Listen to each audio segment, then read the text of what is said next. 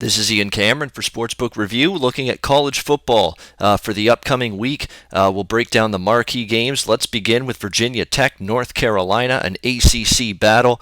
And boy, right away when I look at this game, I am very immediately concerned with the spot for the North Carolina Tar Heels. They are coming off an absolutely thrilling victory against the Florida State Seminoles last week, in which they won on a last-second field goal after Florida State had just taken the lead prior to that. Very much concerned with the way they won that game. It was almost like a tear down the goalpost kind of victory. Do they come back a little bit flat here against what is a very well-rested and ready Virginia Tech team off a bye week?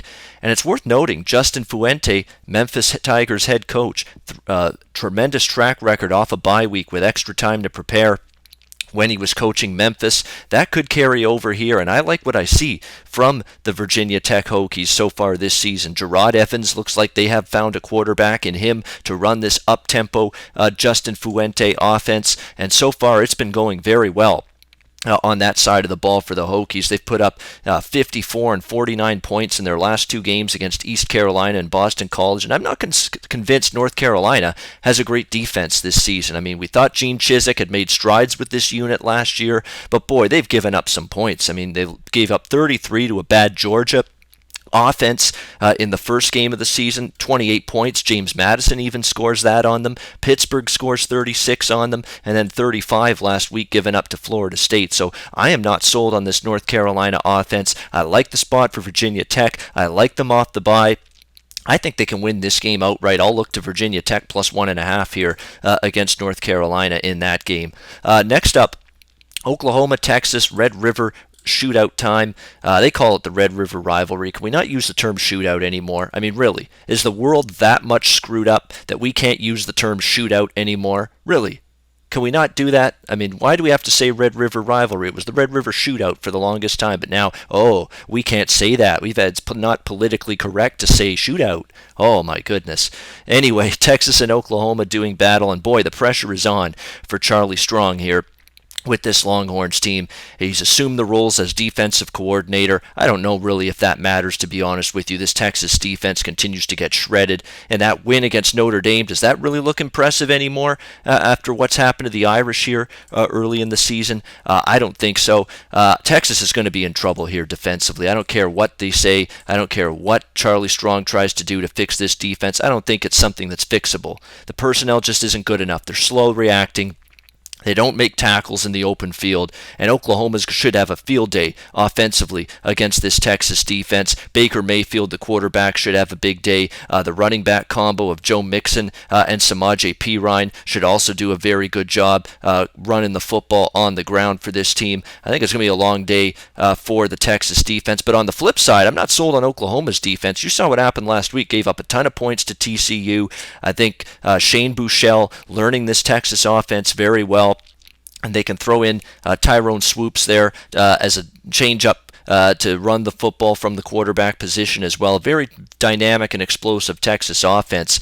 No surprise to see this total where it is in the low 70s, but it may not be low enough. I would still look over the total in this game, even at 73, 73.5. Two fast-paced, up-tempo offenses that are going to run a ton of plays, two suspect defenses, and we should see points in bunches, Texas and Oklahoma. From a side perspective, I can't back Texas right now with the chaos on and off the field there, but there's no way I'm laying double digits with Oklahoma in a rivalry game. So leaving the side alone, but would look to a bet over the total in that game between Oklahoma and Texas. We've got Florida State and Miami next up. There's a big game for Florida State in terms of trying to bounce back. They've already got two losses on their schedule against Louisville and last week against North Carolina, a crushing loss in the latter stages of that game. They'll be looking to bounce back from that. Let's see what they can do. I mean, DeAndre Francois and Dalvin Cook, that quarterback-running back combination should pose problems for Miami's defense just because Miami really hasn't been tested all that much yet. I mean, App State and Georgia Tech, last two games, decent offenses, but nothing like what Florida State can throw at you. But on the flip side, does Florida State's defense have answers to shut down Brad Kaya and the Miami Hurricanes? That remains to be seen. I just question the mentality of that Florida State team. They've lost two games now. They've got an outside chance at the ACC championship, any national championship and playoff possibilities for them. pretty much flushed down the toilet at this point. So where is that character and heart deep down inside to keep fighting and keep playing hard? I want to see if it's on display here for Florida State before I back them. I would lean to Miami -3, although I don't think we're getting as good of a price on the Hurricanes now after Florida State's recent struggles. Maybe another game where we see points scored. I mean, Florida State games now against their toughest opponents soaring over the total with ease and room to spare.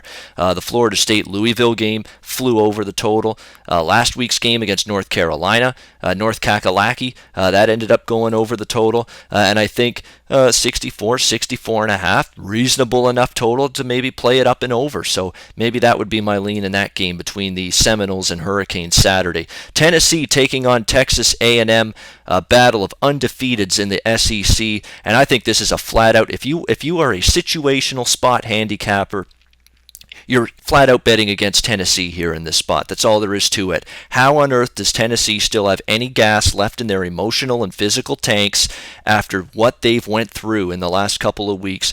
A furious second half comeback to beat their rivals Florida, a team they had never beaten in years and years and years. They come from behind and beat Florida. And then last week it looks like they're going to lose to Georgia. The game intense down to the wire once again.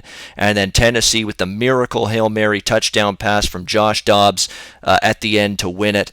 Now you got to play a third straight game, intense game against a physical, tough SEC team on the road, Texas A&M. I really think this is where we see Tennessee wilt here in this spot. I just don't know if they have what it takes to compete here for 60 minutes. Talent-wise, they can compete with A&M, but I'm really concerned about this spot from a physical standpoint, from an emotional standpoint. Where does Tennessee go after two absolute barn burners in a row? And if they fall behind against A&M, they're not coming back. That A&M pass rush can pin Tennessee's ears back and get to the quarterback, Josh Dobbs. Myles Garrett leading a ferocious Texas A&M pass rush. I think they can dominate that Texas offensive line, which is continuing to struggle, continuing to fail at opening holes in the ground for Jalen Hurd, failing to protect Joshua Dobbs in long pass situations. So I'm concerned with this Tennessee offensive line versus this Texas A&M defensive front. I think that's a battle that the Aggies could be able to win in this game. And Trevor Knight, I mean, he's not doing anything spectacular, but he's managing this offense well. He's making enough plays in the passing game, and he is really burning opposing defenses with his legs and his ability to run. I hate this spot for Tennessee. The price is a little bit dubious. I mean, you got to lay a full touchdown here with Texas A&M, but I want no part of this underdog. I think Tennessee finally hits the wall here. I would look to A&M still minus the touchdown and for them to win, in that 10 to 14 point range. I think asking them to win by that margin isn't asking too much. I mean, Tennessee, give them credit. They fought back and won every game against App State, against Florida, against Georgia. I think they finally run out of miracles here this week against a very good Texas A&M team here on the road. College Station will be fired up for this one. Next up, we've got Washington and Oregon. I can only back Washington here, but the problem is I'm not sure if you're getting value at -9. On the road. All I know is I want no part of Oregon. None. Zero. At this point in time. Mark Helfrich on the hot seat. A defense that's absolutely miserable. A defense that's banged up. An offense that's missing some contributors as well. And now an offense that might be undergoing a quarterback change against one of, if not the best defense in the Pac-12. Yes, somehow they are thinking of changing quarterbacks. You're going from Dakota Prukop to Herbert. Justin Herbert, or a freshman quarterback here for this Oregon team. I can't figure out why they would consider a quarterback switch at this point in time with this opponent coming into Eugene, Oregon, this ferocious, tough Washington defense. If he plays Herbert, I think they're in big-time trouble. Can only lay the points with Washington in this game. Again, Oregon defense has been non-existent. Maybe a slight lean to the over. We'll lean Washington -9, lean over. I actually might pull the trigger on a Washington bet if it gets announced that Herbert is starting for Oregon. I think that's just a terrible mistake, one they'll live to regret. Colorado taking on USC, another big Pac-12 matchup. The Buffaloes have covered every game they've so far this season. Again, only lost to Michigan, and even in that game, only got outgained by less than 100 yards. Very impressive stuff from the Buffaloes. They're expected to have their senior quarterback, Sefo Lufau, back on the field after he missed the last game due to injury. But Colorado's plus 4.5 at the Coliseum here against USC. Where would this point spread be before the season, before this strong start that Colorado's had? It wouldn't be plus 4.5, that's for sure. I'm not convinced there's value in the number right now with Colorado, even though I have no interest fading them, but not sure you're getting optimal point spread value on the Buffs here. And let's not forget, USC's offense, I think they found a quarterback in Sam Darnold. He's been great in 2 games since taking over as the starter. Clay Helton making the right choice going to him. He's played terrific on the road against Utah, 27 points, over 400 yards, ripped apart Arizona State, over 40 points last week in a romp over the Sun Devils. I think they found a quarterback, and now this offense has taken off. They're running the ball better. Juju Smith-Schuster is becoming a big part of the passing game again. Good stuff for this USC offense. So I'll lean to Colorado, even though I don't like the number. I think the better play in this game might be over the total, 63.5. This Colorado up-tempo offense is clicking. Cepho Lufau back should help it even more. And this USC offense, as good as Colorado's defense has been in terms of improvement, I'm not convinced they can keep it going here to that extent against an improving USC offense. So we should see a little bit of a shootout here. I would lean over the total, Colorado USC. We've got Alabama now taking on Arkansas, SEC West action. Boy, it's tempting to pass up taking these 14 points. It's hard to pass up, I should say, taking these 14 points with Arkansas. You look at Arkansas the last 2 years against Bama, had second half leads in both games, took Alabama right down to the wire and into the fourth quarter, close games both times. And I'm not convinced Alabama's quite as good this year yet.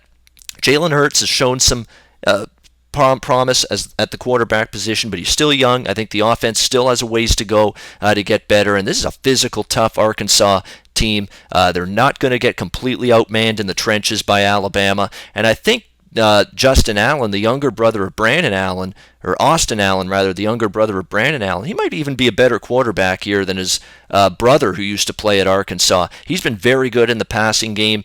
Brett Bielema's team, for some reason, Brett Bielema, since he's been here at Arkansas, he's given Nick Saban and this Alabama team everything they can handle and then some. Wouldn't surprise me to see another tough, closer game than this point spread indicates. And we'll wrap it up in terms of the marquee games with Washington State taking on Stanford. A big matchup here between the Cougars and the Cardinal. Revenge game, I should say, for Washington State. A crushing, heartbreaking loss at home in the Palouse in Pullman last year to this Stanford team. Battled Stanford right down to the wire and end up losing a close one. I'll tell you what, Stanford, the spot is good for them. They're off an embarrassing, humbling blowout loss in Washington last week on that Friday night game against the Huskies.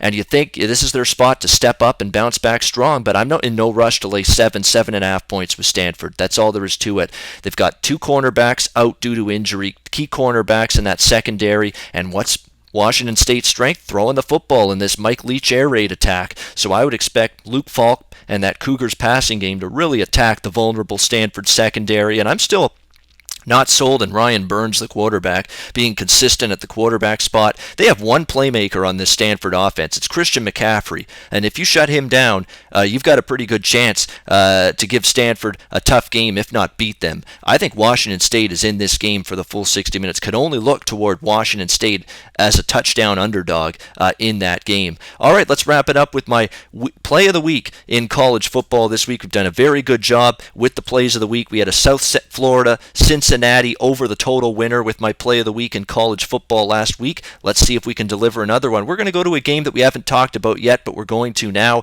Penn State and Maryland. Cheap price to back the team that's going up.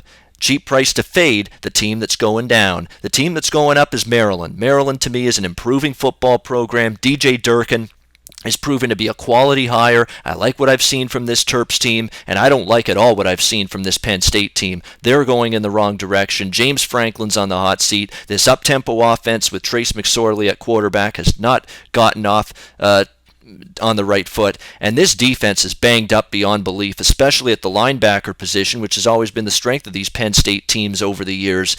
I think Maryland can take advantage in a price range where the winner covers the number and cashes a ticket. I think Maryland's the better team right now. Let's take Maryland -1.5 to beat Penn State on the road. That's rotation number 327. That's Maryland -1.5 at Penn State. That's your play of the week for this week in college football action. All right, that's my wrap-up for college football for the upcoming weekend. I'm Ian Cameron for Sportsbook Review, and until next time, enjoy the games and good luck. Research before you bet. Be sure to check out SPR Picks for the best game predictions, breakdowns, and much, much more.